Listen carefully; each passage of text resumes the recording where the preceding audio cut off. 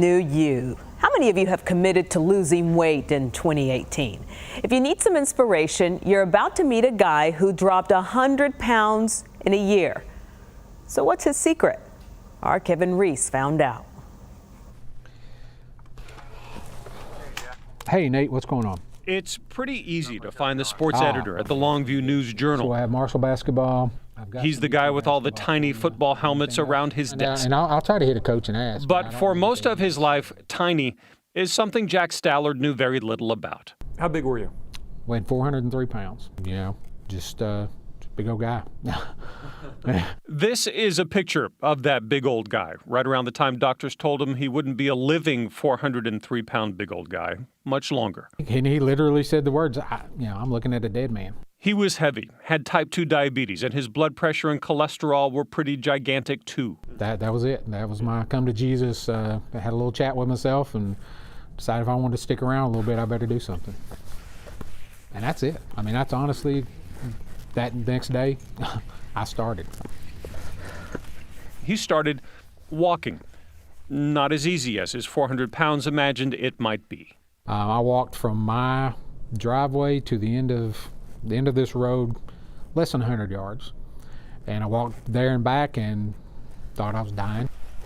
Everything was it was horrible. And I sat on the couch and I said, boy, I don't know if I can do this. But he kept at it, kept walking every morning, rain or shine, hot or cold, until he was walking at least 3 miles a day. When I walk over here from my house, which is, adds another mile if I go the whole block. And then the next phase, ending his relationships with his 3 most delicious girlfriends. I had to break up with Little Debbie, Betty Crocker, and Marie Callender, all in one swoop. They're done. A lifestyle change he detailed in his own newspaper last week, a healthier diet, and every day a few more steps. And by the end of that first year, a little over 1,100 miles. I don't even like to drive that far. And in those 1,100 miles, he'd left more than 100 pounds behind. His cholesterol and blood pressure returned to normal. His diabetes disappeared. And then the little victories. He could fit behind the wheel of his truck again. And the gate to the high school track where he walks. It was a tight fit. He could finally squeeze through that too. A little different now. Jack is sharing his journey because he knows it's a familiar path for so many others just like him.